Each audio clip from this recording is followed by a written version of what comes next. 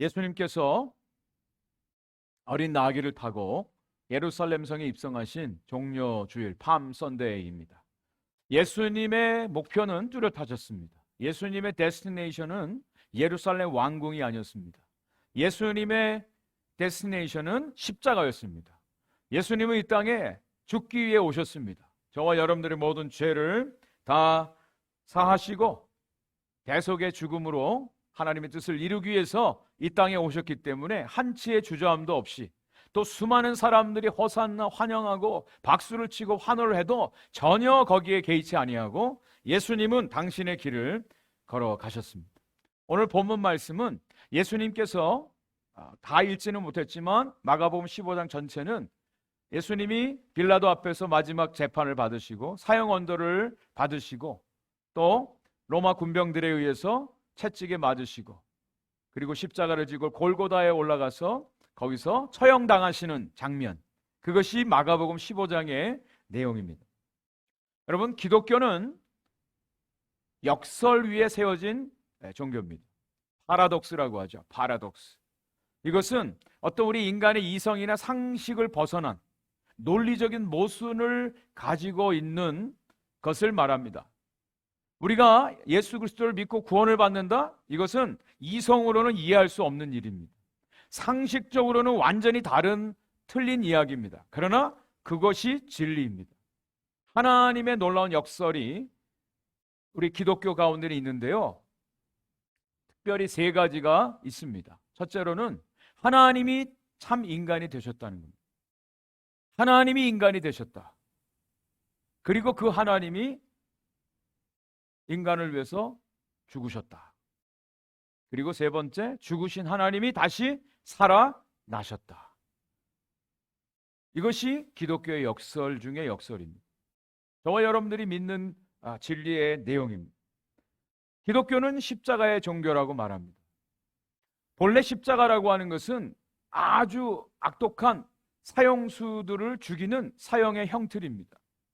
사람들이 생각하기조차 싫어하는 수치스러운, 더러운, 흉악한 사형틀이 바로 십자가입니다. 그런데 그 십자가가 오늘날 우리 기독교의 상징이 되었습니다. 교회마다 첨탑에 십자가가 걸려 있고요, 또 사람들마다 십자가 목걸이를 하고요. 십자가 하면 기독교의 상징으로 사람들은 다 알고 있습니다. 그래서 그리스도를 본받아라고 하는 책을 쓴 토마스 아켐피스는 모든 것이 십자가 위에 있다, 이런 얘기를 합니다. 십자가 속에 하나님의 놀라운 뜻이 있는데 그 속에 역사가 나타남을 말씀해 주고 있죠. 그래서 저는 오늘 이 말씀을 통해서 십자가가 가지고 있는 역설, 십자가의 파라독스, 이 세 가지를 함께 나누면서 예수님께서 왜 이 땅에 오셨고 오늘 예루살렘 성에 입성하셨고 십자가를 지셔야만 됐는지 함께 나누면서 다시 한번 예수 그리스도와의 온전한 연합이 이루어지는 은혜의 시간이 되기를 원합니다. 이 십자가는 가장 첫 번째, 인간의 가장 악독한 죄와 하나님의 선하신 뜻이 만나는 곳이 바로 십자가라고 하는 것입니다. 우리가 보통 선한 것, 거룩한 것, 그러면 거룩한 것끼리 만나야 됩니다. 유유상종이라고. 그런데 정말 악독하고 더럽고 추악하기 짝이 없는 그것과 죄가 없으신 거룩에 거룩하신 그 하나님의 뜻이 만나는 것이 바로 십자가라고 하는 것입니다. 마가복음 15장 1절부터 20절까지는 예수님을 십자가에 못 박아 죽이기 위해서 인간들이 행동했던 그 모든 죄악들이 다 기록이 되어져 있습니다. 그 가장 중요한 대표적인 역할을 했던 사람들이 종교 지도자들입니다. 대제사장들과 서기관들과 장로들이 사내들인 공회를 열어서 예수님을 죽이려고 모의하고 고발하고 사형 언도를 받아내고 그리고 결국 예수님을 십자가에 못 박아 죽이는 일을 감당했습니다. 종교와 정치가 결탁을 해서요, 겉으로는 종교의 거룩한 옷, 화려한 옷을 입고 그 뒤에는 인간의 탐욕과 교만과 거짓과 술수와 더러운 수치스러운 이 모든 것들을 다 동원해서 예수님을 죽이는 것입니다. 그 당시에 정치적인 또 종교가 온전히 하나 되어서 절대 권력을 가지고 있었습니다. 대제사장들이 없으면 하나님께 제사를 드릴 수가 없습니다.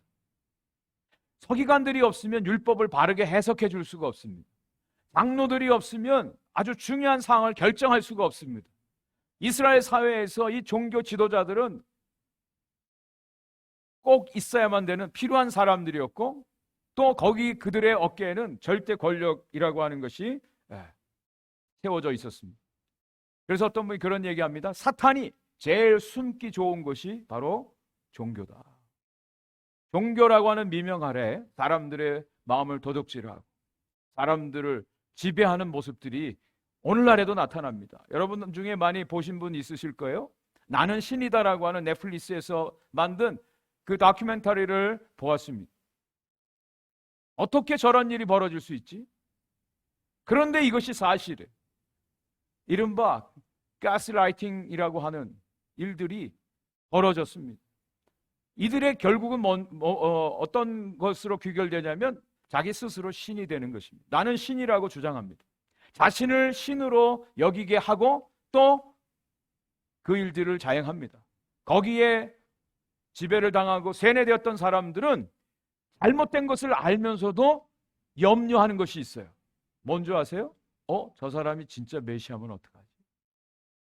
분명히 거짓과 술수와 더러운 것들이 드러났음에도 불구하고 그들은 저 사람이 만약 메시아면 어떡하지? 그걸 가지고 걱정을 하고 있어요. 여러분, 이것이 종교의 무서운 힘입니다. 종교 지도자들은요, 하나님의 아들로 이 땅에 오신 예수님이 불편했습니다. 자신들이 가지고 있는 권력과 그 모든 권세와 자신들의 그 위치, 그리고 그 종교라고 하는 미명 아래 자기의 배를 불리는 부의 수단으로 삼았던 그 종교 행위들, 이 모든 것들이 다 발각되어지고 다 탄로나지고 예수님께서 그들의 죄를 낱낱이 고발하시고 지적하셨을 때 그들은 너무너무 불편했습니다. 그래서 저 예수를 죽여야 된다. 하나님의 아들이라고 하면 진짜 더 죽여야 된다고 그들은 생각했습니다. 아이러니입니다. 그들은 하나님을 섬긴다고 하지만 하나님의 아들인 예수가 필요 없고 필요 없을 뿐 아니라 죽여야만 되는 인간의 탐욕스러운 죄의 상징적 모습으로 나타나고 있습니다. 러시아의 대문호 도스토옙스키가 쓴 카라마초프가의 형제들에서 이반이라고 하는 둘째 아들이 알료사라고 하는 셋째 그 아들 동생에게 이야기를 하는 것이 있습니다. 대신문관이라고 하는 그 챕터에 나오는 이야기입니다. 16세기에 스페인의 세빌라라고 하는 곳에 예수님이 재림에 오셨어요. 재림에 오셨는데 그곳에 대신문관이 있습니다. 종교 지도자죠. 그 예수님이 재림에 오셨을 때 그 예수님을 감옥에다 가둡니다. 그리고 신문을 합니다. 그러면서 이렇게 얘기합니다. 왜 오셨습니까? 왜 당신이 오셨습니까? 우리는 잘 살고 있는데 왜 오셔서 우리를 불편하게 합니까? 우리는 평화롭게 잘 살고 있는데, 문제없이 살고 있는데 왜 오셔서 문제를 일으키십니까? 여러분, 이것이 그 당시 16세기 중세 시대에 종교의 탈을 쓴 사악한 종교 지도자들의 죄악상의 모습을 그대로 여실히 보여준 작품이죠. 이것은 그 당시 중세 시대뿐만 아니라 오늘날도 마찬가지입니다. 예수님을 정말 믿으면, 예수님이 우리 안에 들어오셔서 우리의 인생의 주가 되시고 예수님이 우리의 구주가 되시면 그것이 좋아야 되는데, 기뻐야 되는데 오히려 불편할 경우도 있어요. 왜? 내 마음대로 못해요. 자기가 주인 돼서 자기 마음대로 살아야 되는데 이제는 더 이상 그런 삶을 살 수가 없게 됩니다. 그래서 예수님을 불편해하고 거부하고 적당한 거리를 두고 그저 예수님 그곳에 서 계십시오. 더 이상 내 삶을 타치하지 마십시오. 더도 말고 덜도 말고 그저 내가 어려울 때만 도와주십시오 정도로 종교를 생각하고 신앙생활을 하는 사람들이 많습니다.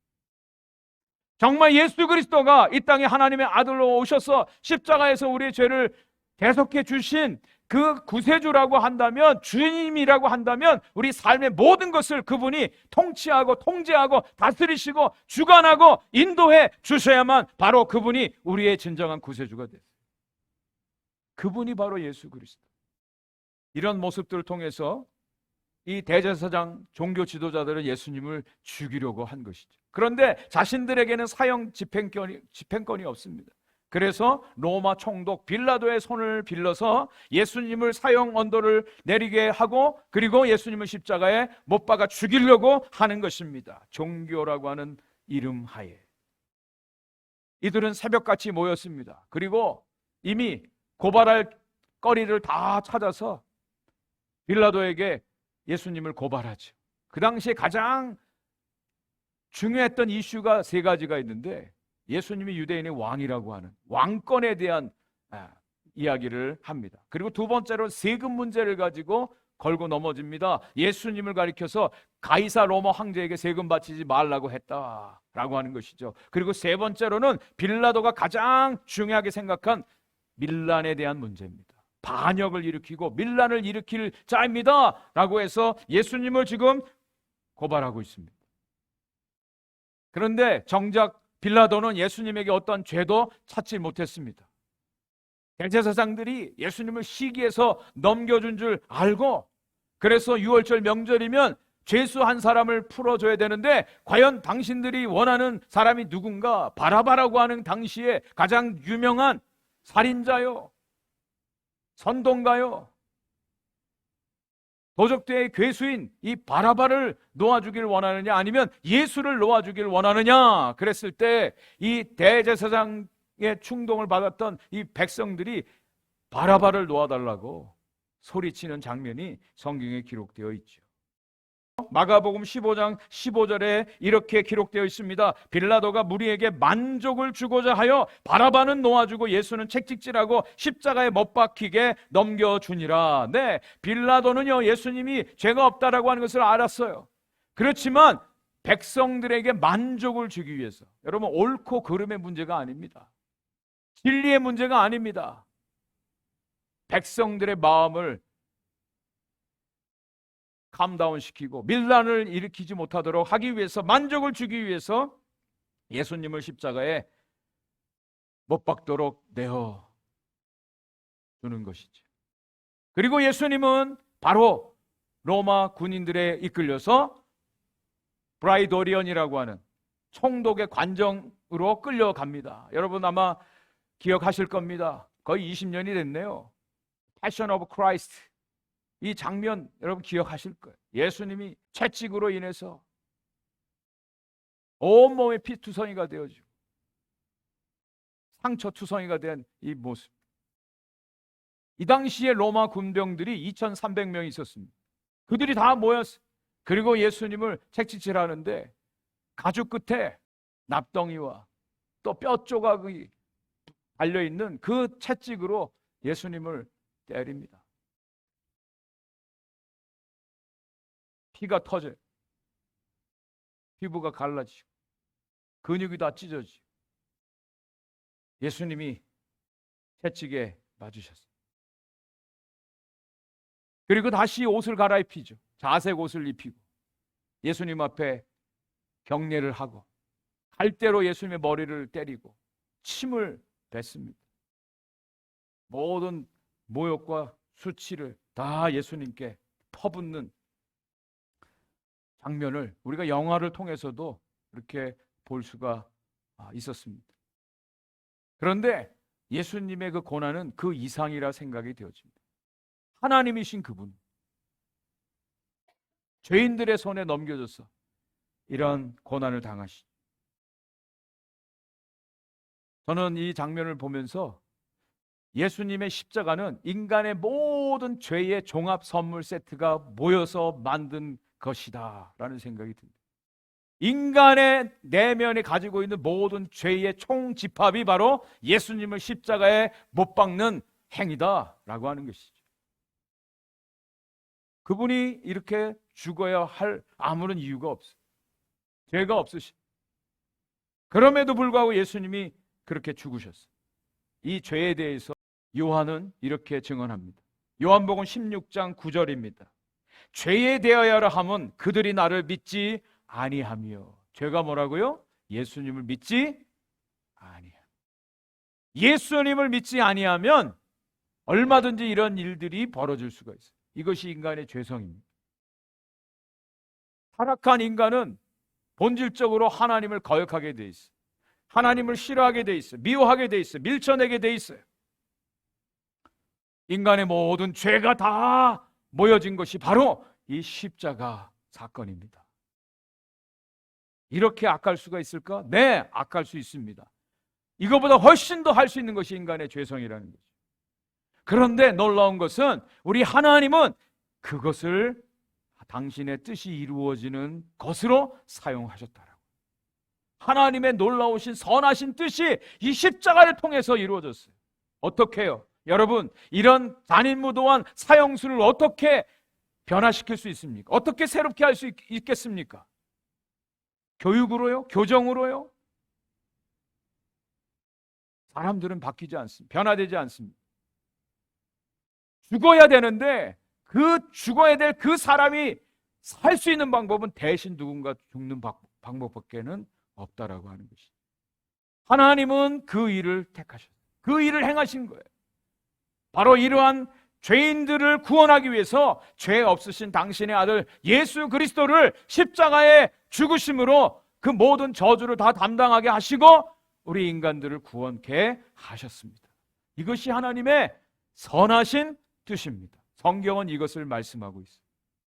그래서 갈라디아서 3장 13절 말씀입니다. 우리 같이 한번 읽어보겠습니다. 시작. 그리스도께서 우리를 위하여 저주를 받은 바 되사 율법의 저주에서 우리를 속량하셨으니 기록된 바 나무에 달린 자마다 저주 아래에 있는 자라 하였음이라. 네, 나무에 달린 자마다 다 저주 아래에 있습니다. 예수님이 왜 십자가에 지셨습니까? 십자가에 죽으셨습니까? 저주를 대신 받으신 거예요. 저와 여러분들이 받아야 할 그 저주를 예수님이 다 받으시고 우리를 의롭다고 그리스도의 옷으로 덮어주신 하나님의 놀라운 구원의 방법, 선하신 뜻이 이 십자가에서 이루어진 것입니다. 인간의 가장 잔인한 죄와 하나님의 선하심이 충돌을 한 곳, 그것이 바로 십자가 사건입니다. 두 번째로, 이 십자가는요, 세상이 미워하는, 싫어하는, 세상이 받아들이지 않는, 왜냐하면 세상의 요구하고는 전혀 상관없는 것이기 때문에 세상으로부터 미움받는 것, 그것이 바로 십자가의 사건입니다. 십자가는 고대 근동의 가장 잔혹한 십자가 사형 도구였습니다. 예수님께서 이 십자가에 달려 죽으시는데 아침 9시에 달리셨어요. 6시간 동안 십자가에 달리셨죠. 온몸의 모든 물과 피가 다 쏟아지고 그 통증은 말할 것도 없고 혼미한 가운데서도 그 정신을 끝까지 잃지 않으시고 그리고 그 모든 고통을 다 담내하셨습니다.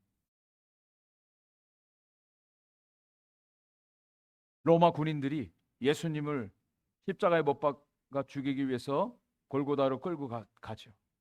그리고 그곳에서 옷을 제비 뽑았다 그랬습니다. 근데 그 당시에 사람들의 옷은 속옷과 겉옷이에요. 겉옷은요 4등분해서 각각 나눠 가졌습니다. 그런데 속옷은 그 당시에는 옷감이 귀중하기 때문에 그 사형 당하는 그 죄수들의 옷까지도 다 나눠 가지는 그런 때죠. 예수님의 속옷은 제비 뽑아서 한 사람이 가져가게 되어 있어요. 그렇게 했다고 성경이 기록하고 있습니다. 우리가 예수님의 십자가 처형 당하시는 그 그림이나 사진을 보면 그래도 최소한의 걸칠 것을 다 거치고 있는데 실제적으로는 완전히 벌거벗겨서 죽임을 당하신 거예요. 수치스럽고 부끄럽고 창피하고 모든 것들이 다 드러나는 처형이 바로 십자가 처형입니다.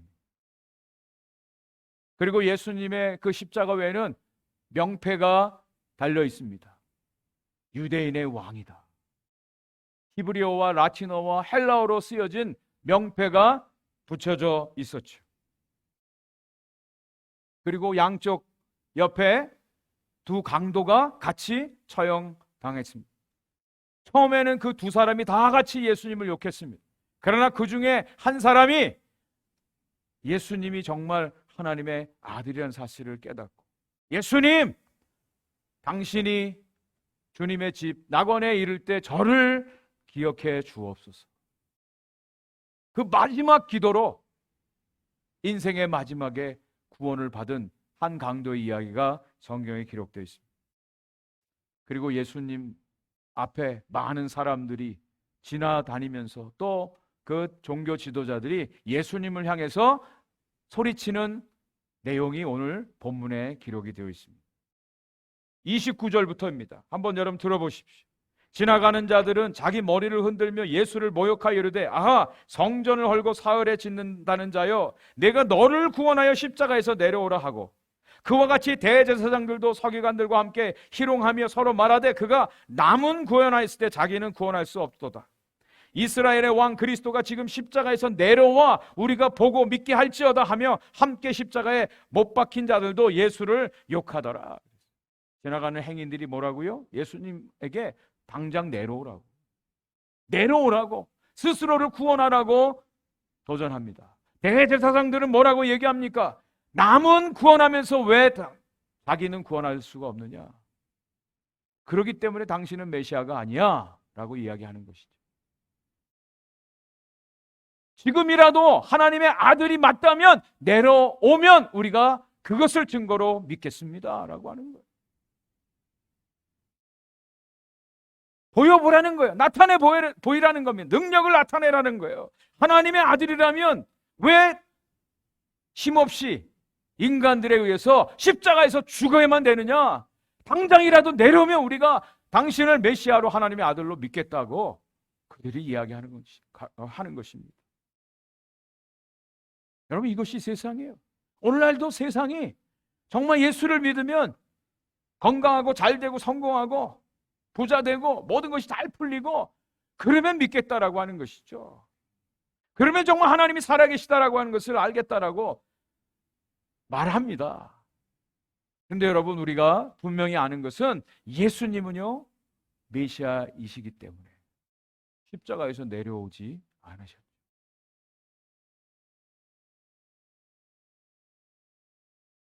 예수님은 메시아이기 때문에 십자가에서 죽으시는 것이 하나님의 뜻이었기 때문에 내려오지 않으셨다. 이게 십자가의 역설 중의 역설입니다. 세상의 원리는 다른 사람을 희생해서 다른 사람을 죽여서 내가 사는 겁니다. 그런데 기독교 정신은, 십자가는 내가 죽어서 다른 사람을 살리는 겁니다. 이것이 십자가예요. 이것이 기독교예요. 예수님이 이것을 위해서 이 땅에 오셨어요. 당신의 몸을 십자가에 죽게 하심으로 저와 여러분들을 살게 하신 것, 이것이 복음이에요. 이것이 십자가의 사건이에요. 여러분, 처음부터 끝까지 기독교는 철저하게 이타적입니다. 나를 희생해서 나를 죽이고 내가 없어지고 다른 사람 살게 하는 것, 그것이 예수 그리스도의 정신이에요. 그렇기 때문에 세상 사람들로부터 손가락질을 당해야 그것이 마땅합니다. 저 사람들은 이해할 수 없는 인간들이야 라고 말을 듣는 것이 당연하다고 저는 생각이 되어져요. 왜? 그들은 이해할 수가 없는 이야기입니다. 이것이 십자가의 복음이에요.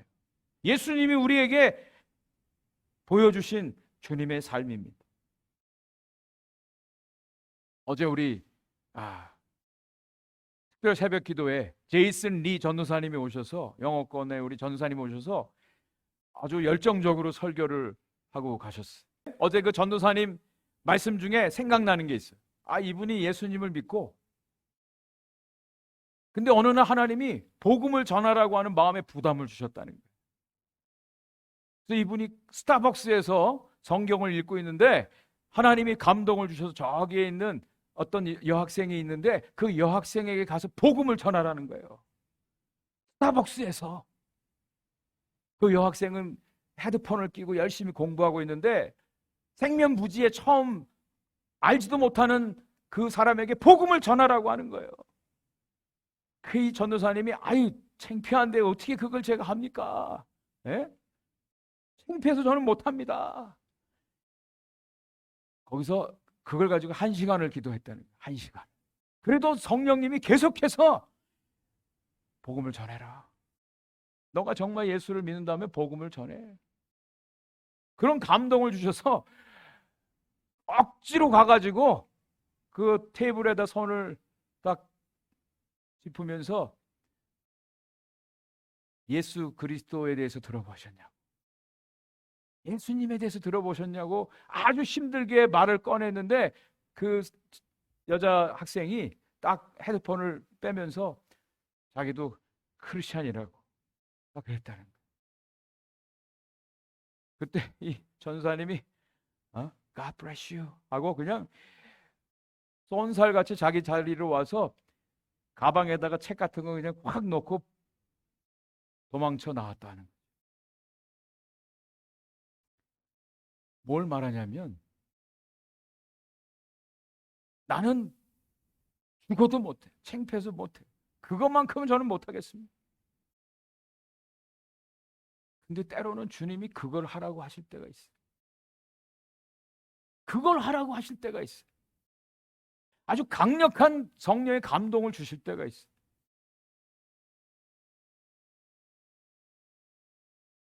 순종했다는 거죠. 가서 꼭 복음을 전하고 그 사람이 예수를 믿고 안 믿고 그건 우리의 권한이 아니에요. 우리가 할 바 아니에요. 주님이 우리에게 말씀하신 거 그냥 그것만 순종하는 거예요. 그것만 순종하는 거예요. 세상은 따지는 게 많습니다. 생각하는 게 많아요. 해면도 따져야 되고 뭐 또 생각해야 되고 여러 가지로 생각해. 그런데 우리 주님은 정말 심플하세요. 순종하라는 거예요. 순종하는 거예요. 그러니까 세상과 우리 복음 사이에는 컨플릭이 있기 마련입니다. 있습니다. 십자가는 세상의 방향, 세상의 원함, 세상의 원리하고 완전히 상반되어진 거죠. 그런데 거기에 놀라운 하나님의 숨겨놓으신 역사가, 뜻이 있음을 말씀해 줍니다. 자, 그래서 마지막 세 번째 결론이 이 십자가는요 즐겁고 기쁘게 감사로지는 게 아닙니다. 싫은 거예요. 힘든 거예요. 어려운 거예요. 그래도 억지로 지고 가는 것이 바로 십자가의 길이라고 하는 거예요. 그러기에 그것이 생명의 길임을 말씀해 주고 있습니다. 예수님이 그 십자가를 지고 골고다로 가시는데 너무 힘드니까 대신 어떤 사람을 예수님 십자가 지고 가게 했죠. 그 사람이 구레네 사람 시몬이라고 하는 사람. 구레네 시몬. 근데 이 사람이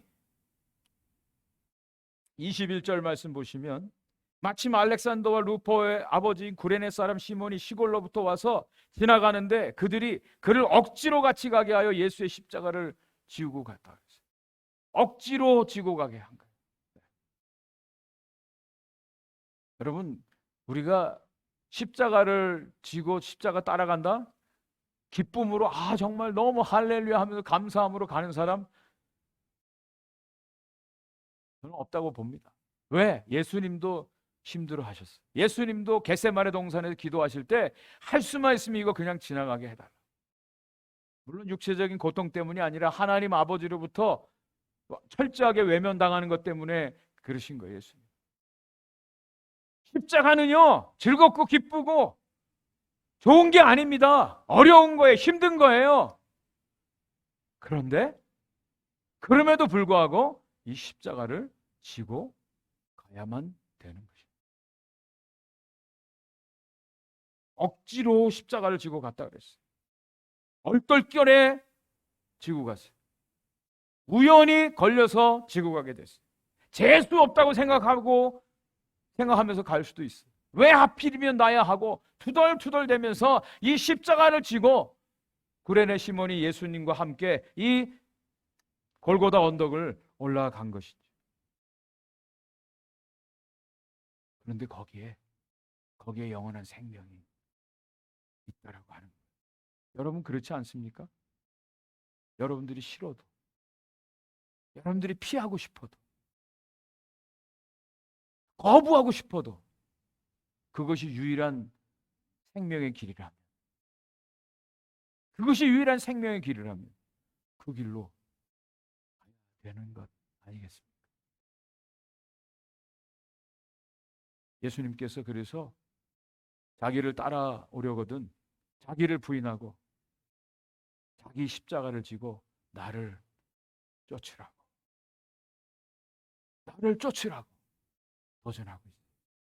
요즘에도 저렇게 비아 돌라로사라고 하죠. 예수님 십자가 지고 올라가셨던 그 언덕에 수많은 사람들이 와서 예수님의 십자가를 재현한다고, 예? 또 심지어는 캐톨릭에서는 채찍질까지 하면서 그 고통을 한번 당해봐라 하면서 저런 의식들을 합니다. 여러분 저렇게 한다고 예수님을 정말 우리가 따라가는 걸까요? 정말 예수님이 나의 삶의 현장에서 나는 거부하고 싶고 피하고 싶고 버리고 싶어도 주님의 생명의 길이기에 나를 따라오라고 주님이 도전하시고 우리를 초청하시는 그 일들이 있습니다. 그것에 순종하는 것이 십자가를 지고 주님을 따라가는 것입니다. 억지로라도, 힘들어도, 눈물이 나더라도 그 길을 걸어가는, 그것이 바로 주님이 걸어가신 십자가의 길. 아까 소개해드린 그리스도를 본받아 토마스 아켄피스가 이런 얘기를 합니다. 많은 사람들은 그분의 기적에 열광을 합니다. 그런데 정말 그분의 십자가를 따르는 사람들은 그렇게 많지 않습니다. 십자가의 역설이 세 가지가 있습니다. 죄 없는 하나님을 죄 있는 죄인들이 못 박아 죽인 것, 그것이 바로 십자가 사건. 그리고 이 십자가는요, 다른 방법으로는 구원할 수 없기에 대신 죽어주시는 그 일을 통해서 구원이 이루어진 대속의 죽음의 은혜가 있는 곳이 바로 이 십자가입니다. 그리고 십자가는요, 죽는데 그것이 영원한 생명으로 이어지는, 영원한 생명으로 들어가는 생명의 문이 되는 것입니다. 이번 한 주간 우리가 고난 주간을 지냅니다. 여러분, 예수 그리스도의 십자가를 묵상하시면서 주님이 따라오라고 말씀하시는 그 주님의 초청의 음성을 들으시고 이 십자가의 길을 주님과 함께 걸어가는 이번 고난 주간이 되실 수 있기를 주의 이름으로 간절히 축원을 드립니다.